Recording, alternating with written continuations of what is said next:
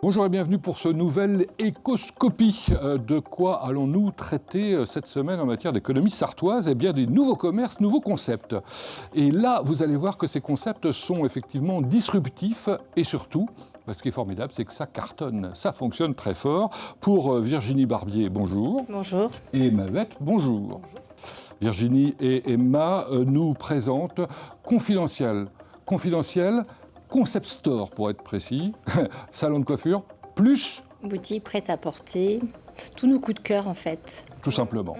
Autre boutique, mais totalement différente, elles ont fait l'actualité de l'économie sartoise au printemps dernier. Il s'agit des super-supérettes, les mini Happy avec Vincent Terrasse. Bonjour. Bonjour Pascal.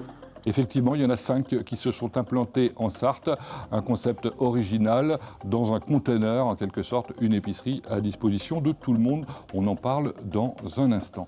Et puis notre invité qui regroupe des entreprises ô combien importantes, c'est le président de Le Mantec, en l'occurrence Thomas Leray. Bonjour.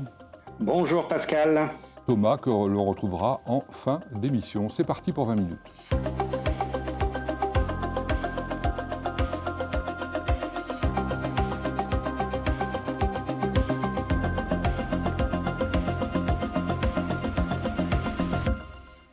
Alors on commence par Confidentiel, Concept Store. Alors Concept Store, c'était pas accolé au nom au départ, je crois, Virginie Barbier. Non, parce qu'au départ, en fait, les personnes ne comprenaient pas trop... Le concept. Ouais, donc du coup, on l'a mis par la suite. Voilà. Pour dire, on est un peu différent des autres. Bon, allez, en 2 mots d'abord, qui êtes-vous ? Virginie Barbier, vous êtes coiffeuse. Ouais.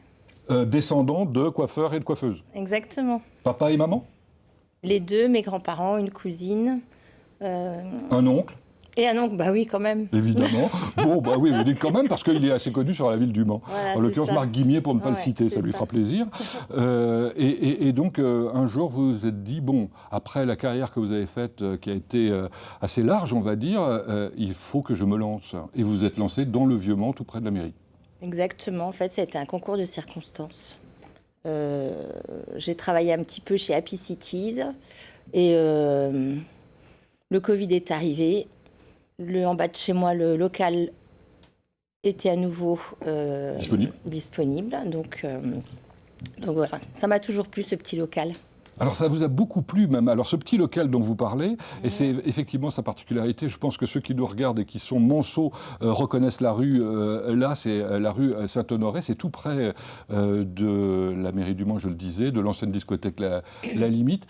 Ce petit local, c'était juste une vitrine pour Samuel Chauveau ? Exactement. C'est-à-dire pour la librairie Bulle. Voilà. Et lui, il avait fait où il y a mon salon de coiffure et un peu de boutique, il avait fait sa réserve. Et c'est lui qui a construit ces magnifiques vitrines. Tout à fait atypique, et effectivement, tout le monde se pose la question, c'est quoi cette boutique en fait ? On ne tilte pas tout de suite sur le fait que c'est un salon de coiffure aussi. Oui, c'est ça. Alors au tout départ, effectivement, comme il y a les vitrines, on voit justement les vêtements. Donc les gens se posent la question, et après quand ils regardent un peu plus en profondeur, ils se rendent compte que c'est un salon de coiffure.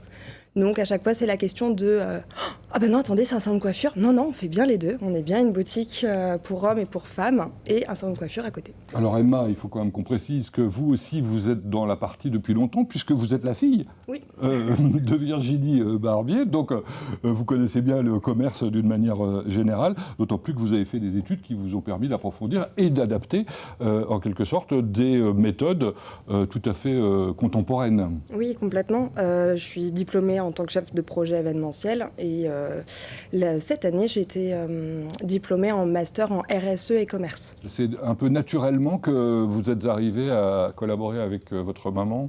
Oui, complètement. On a déjà chacune son métier en quelque sorte. Maman est très douée pour sa partie commerce, coiffure. Et moi, je suis plus du coup dans l'ombre sur tout le côté administratif, communication, marketing. Bon, tout ça, ça fait effectivement un ensemble qui permet de se lancer dans un truc disruptif, je disais, tout à fait original, dont on va parler très en détail tout à l'heure. Mais avant, permettez-nous d'aller du côté de Happy, masuperette.fr, avec Vincent Terrasse. Alors Vincent Terrasse, je disais que vous aviez créé l'événement en quelque sorte au mois d'avril. 5 Happy Supérette ont été inaugurées en Sarthe. On a ouvert nos premières supérettes sartoises au mois de printemps, au printemps. Et aujourd'hui, on continue notre développement sur tout l'ouest de la France avec 140 supérettes ouvertes. Alors, un concept assez original, j'allais dire culotté. Comment est venue l'idée et quand et par qui ? Alors l'idée, elle est venue par 3 personnes, 3 Charentais qui habitent le monde rural et qui se sont dit que aujourd'hui, effectivement, il y a une désertification du monde rural et donc il y a une nécessité d'apporter du service dans ce territoire-là pour réapporter une vitalité. Donc pour contribuer à la revitalisation du monde rural, ils ont eu l'idée de créer des supérettes autonomes qui, à l'intérieur, on proposerait tous les produits du quotidien au même prix qu'au supermarché, qui seraient accessibles tous les jours de l'année, de 5h à 23h. Il y a combien de références dans une supérette ? Aujourd'hui, on a 700 références du quotidien sur des produits qui vont des fruits et légumes jusqu'à de la lessive. Donc vraiment tous les produits quotidiens les plus classiques. Et on rajoute en plus de ces 700 produits des produits locaux, une cinquantaine environ, parce que l'objectif aussi d'API, c'est de mettre en avant le savoir-faire local. Et donc rien de mieux que les producteurs. Je crois même savoir que vous rajoutez, le cas échéant, le journal s'il n'est pas distribué ailleurs dans un commerce du village. Vous êtes quelquefois le seul commerce du village d'ailleurs. Hein. On est quelquefois le seul commerce du village et donc quand c'est le cas, on peut proposer effectivement du pain, on peut proposer les journaux, on peut proposer d'autres services complémentaires et des fois on vient en complément de commerces spécialistes comme des boulangeries, des boucheries, des pharmacies. En Sarthe, vous êtes implanté à Fillet, à Gênes, le Gandelin. Vous êtes implanté également à La Quinte, à Tény et à Sainte-Sabine, pour ceux qui ne le sauraient pas. Aujourd'hui, ça représente quoi, Happy ? D'abord, c'est on va dire sur la partie ouest de la France, hein, c'est ça hein ? Tout à fait. Aujourd'hui, ça représente 140 supérettes. On a ouvert notre première supérette il y a maintenant 3 ans. Et on est aujourd'hui, donc on est né en Charente et on s'est développé sur tous les territoires de l'ouest de la France. Donc ça représente 140 supérettes, 130 collaborateurs et plus de 200 000 clients aujourd'hui. Vous vous implantez à la demande des municipalités, j'imagine essentiellement. Et qu'est-ce que vous leur demandez aux municipalités pour vous implanter ? On a un besoin qui est assez simple parce que comme vous le voyez, on arrive avec notre bâtiment et donc on a besoin uniquement d'un terrain et d'électricité pour pouvoir nous implanter. Comment ça marche pour vos clients ? Comment font-ils pour accéder, acheter, etc. Alors le client, effectivement, il retrouve un commerce qui traditionnel, c'est le parcours de course qui est différent. Donc le client est autonome pour rentrer dans la supérette. Il a besoin de télécharger une application et de créer un compte client qui va lui générer un QR code. Ce QR code, il le présente à l'entrée de la supérette, ce qui déverrouille la porte de la supérette. Ensuite, il réalise ses courses comme dans un supermarché traditionnel. Il a une caisse automatique où il va scanner ses produits, il va payer en carte bancaire. Pour les personnes un peu plus âgées ou un peu plus en difficulté avec les smartphones, on peut imprimer ces QR codes sur des cartes physiques. Et donc après, le système de course est le même. À noter que ce QR code permet l'entrée dans toutes les supérettes. Donc aujourd'hui, dans les 140 supérettes, un même QR code. Donc le client qui peut être en déplacement, partir en vacances, croiser une supérette, il peut aller faire ses courses et retrouver le même service. Alors il faut préciser quand même que, on peut venir à tout moment. Alors d'abord, il y a des horaires d'ouverture. Hein, c'est pas 24 heures sur 24 tout à fait, dites-moi. Il y a 5h, 23h. Ouais, 5h, 23h. Et puis, il y a des gens qui s'en occupent. Ce sont non pas des épiciers ou des épicières, mais des apiciers et des apicières, hein, c'est ça ? La supérette, elle est autonome pour le client, mais elle n'est pas autonome pour elle-même. Donc, on a forcément un collaborateur API, donc on appelle chez nous un apicier ou une apicière. Dans la Sarthe, c'est 2 apicières en l'occurrence. Qui travaillent sur plusieurs supérettes. Donc, elles ont, sur la Sarthe, il y a une personne qui a 3 supérettes, l'autre 2 supérettes, en fonction de la répartition géographique des supérettes. Et c'est elle qui s'occupe de réaliser les commandes, passer les commandes, réaliser le réapprovisionnement, l'accompagnement client et également tous les aspects hygiène de la supérette, date de péremption, fraîcheur des produits, etc. Je souhaitais savoir si ça fonctionnait, et évidemment, c'est pour ça qu'on a attendu un certain temps. Et en l'occurrence, j'ai interviewé les maires un peu des communes. Alors, l'un d'entre eux, Georges Pavard, a été particulièrement dithyrambique, j'allais dire, sur la qualité de vos épiceries, fréquentation qui progresse de mois en mois, qui s'adresse à tout public, les jeunes, les vieux, les beaux et les moches probablement. Tous les besoins sont remplis, et il me dit qu'il y a un effet waouh dans la supérette quand on y rentre. Et en plus, il y a une fréquentation qui fait qu'on s'y croise, donc ça crée de la convivialité. Vous voyez, on ne peut pas faire mieux. Bref, vous êtes parti pour... c'est quoi l'objectif d'ailleurs à terme ? L'objectif à terme, c'est d'ouvrir plus de 1000 supérettes sur tout le territoire français. Bon, je vous le souhaite. Merci beaucoup, Vincent Terrassa. Alors, ça vous inspire ou pas, Virginie, Emma ? Ouais, moi je trouve ça très sympa. Alors vous avez décidé effectivement de prendre un risque en quelque sorte, parce que vous lancez comme ça dans une boutique de fringues, hein, si vous me permettez l'expression un peu triviale, en même temps qu'un salon de coiffure. Ça va déranger les gens qui sont en train de se faire coiffer, en train de coiffer, ou inversement ceux qui achètent, vous vous demandez qu'est-ce qui se passe à côté. Pas du tout.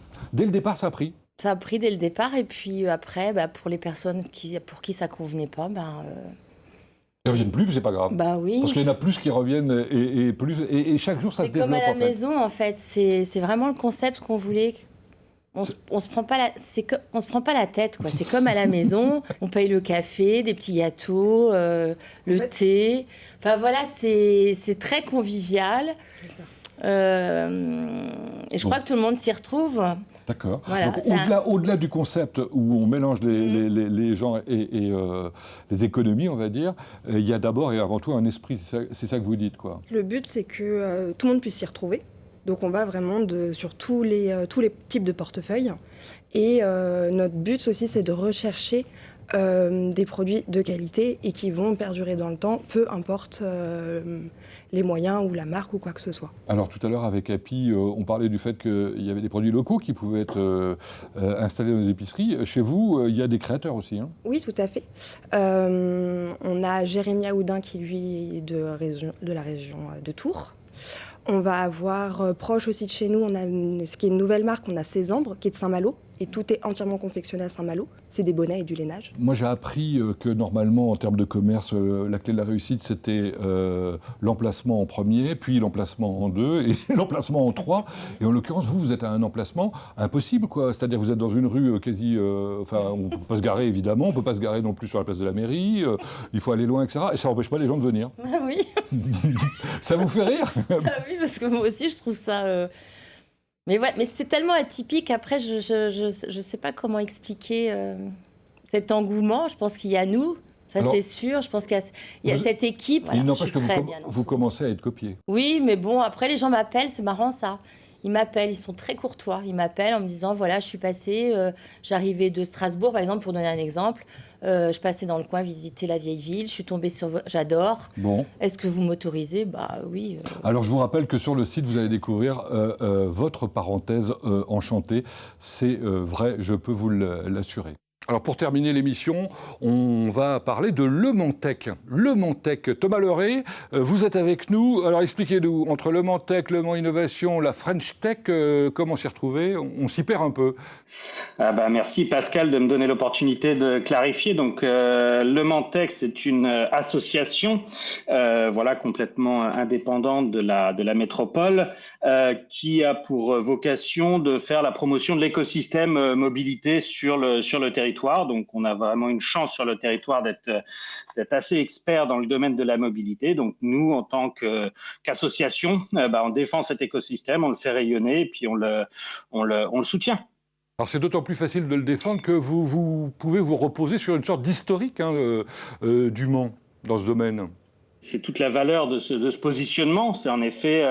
Le Mans, c'est vraiment un territoire d'expertise historique dans la mobilité, avec les bolets, etc. Et puis, bien sûr, les 24 heures du Mans. Donc, il y a vraiment un territoire qui est identifié comme expert dans la mobilité. Et donc là, nous, l'objectif, c'est de promouvoir les mobilités de demain. Alors vous-même, vous êtes un spécialiste. D'abord, vous êtes très mobile, puisque vous avez travaillé en Europe, vous avez travaillé en Asie, vous avez travaillé en Angleterre. Alors à l'époque, elle était encore en Europe, peut-être d'ailleurs. Pour Aston Martin, pour Nissan en Chine, je crois aussi. J'ai travaillé à Pékin, en Chine, pour Nissan, qui est une entreprise japonaise. Et puis j'ai travaillé en effet 3 ans pour Aston Martin au design des véhicules Aston. Quelles sont les entreprises sartoises qui adhèrent à votre association et sont-elles nombreuses ?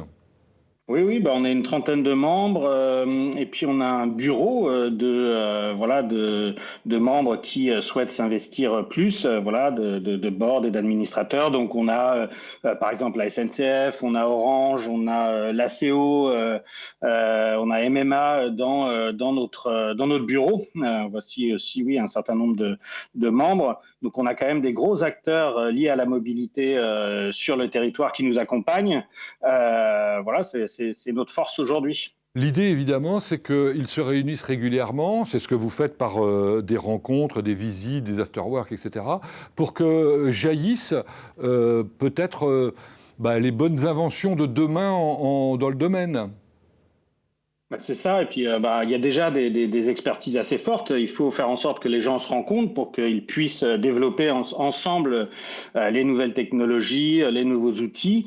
Et en effet, on a quand même une force sur le territoire. Et puis nous aussi, l'objectif, c'est de donner de la visibilité à ces acteurs. Et donc du coup, on crée aussi un événement tous les ans pour faire rayonner la mobilité sur le territoire. Alors on a suivi ça effectivement au cours des années passées avec X-Mobility Event, X-Mobility Challenge. Je crois que vous avez des nouveautés pour 2006 et ça s'appelle justement en matière de design.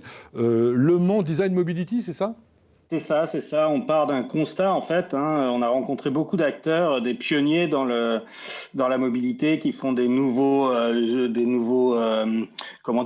outils de mobilité à faible impact environnemental, qui sont vraiment soutenus par les gens en disant oui, votre projet c'est super, mais quand on les questionne, ils disent oui, on a beaucoup d'accueil positif, mais finalement très peu de gens achètent nos produits. Donc le constat, c'est qu'en fait ça manque de désirabilité. La dimension design, autant séduction que fonctionnalité, n'est pas assez aboutie. Donc, ce qu'on veut, c'est aider ces nouveaux acteurs en les mettant en relation avec le monde du design, avec les écoles, avec un certain nombre d'acteurs pour améliorer la séduction, la désirabilité de leurs produits et engendrer plus de réussite. En tout cas, vous donnez envie, clairement, en nous en parlant, ce qui est une très bonne chose. Vous êtes aussi un petit peu dans le projet qui s'appelait Paddock avant, qui s'appelle X-Mobility Factory. Rappelez-nous en 2 mots, c'est l'ancienne usine Philips Flowserve, c'est ça ? C'est ça, Flowserve, en effet, c'est un beau projet qui a été initié par l'association qui a du coup créé une société privée qui est en train de grandir avec un certain nombre d'acteurs qui nous accompagnent, d'investisseurs privés qui nous accompagnent, et puis aussi la métropole et l'État. L'idée, c'est vraiment de contribuer au développement des pionniers de la mobilité avec cet outil industriel de mise à disposition de locaux et d'outils pour créer les objets de mobilité de demain. On vous souhaite une pleine réussite. Ça va se passer à Arnage, vous le savez, en face de l'aérodrome. Merci Thomas Leray. Merci Pascal.